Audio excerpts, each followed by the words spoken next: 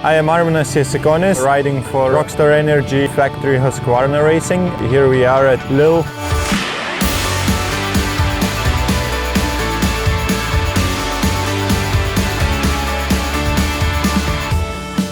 When I started riding, I was 3 years old and I was really little, so I had to start with also a really small bike, which was not easy. Didn't understand how everything works.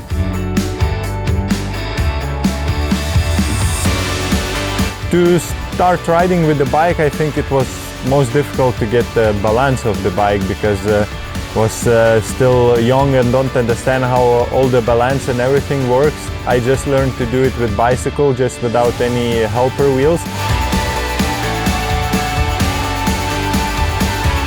Electric bike I think it's a really nice future. I mean, it's really nice to have it for a kids. Even like if you are at home and you have a big garden or anything, there is no sound, nothing, and the kid wants to ride. Because I know from my experience that I always wanted to ride a bike, and there is the kids who they want to ride just all day, non-stop. So this is really nice opportunity. I think project and idea is really great, giving the kids opportunities, and you have a trainer, you have different tracks, different bikes, everything.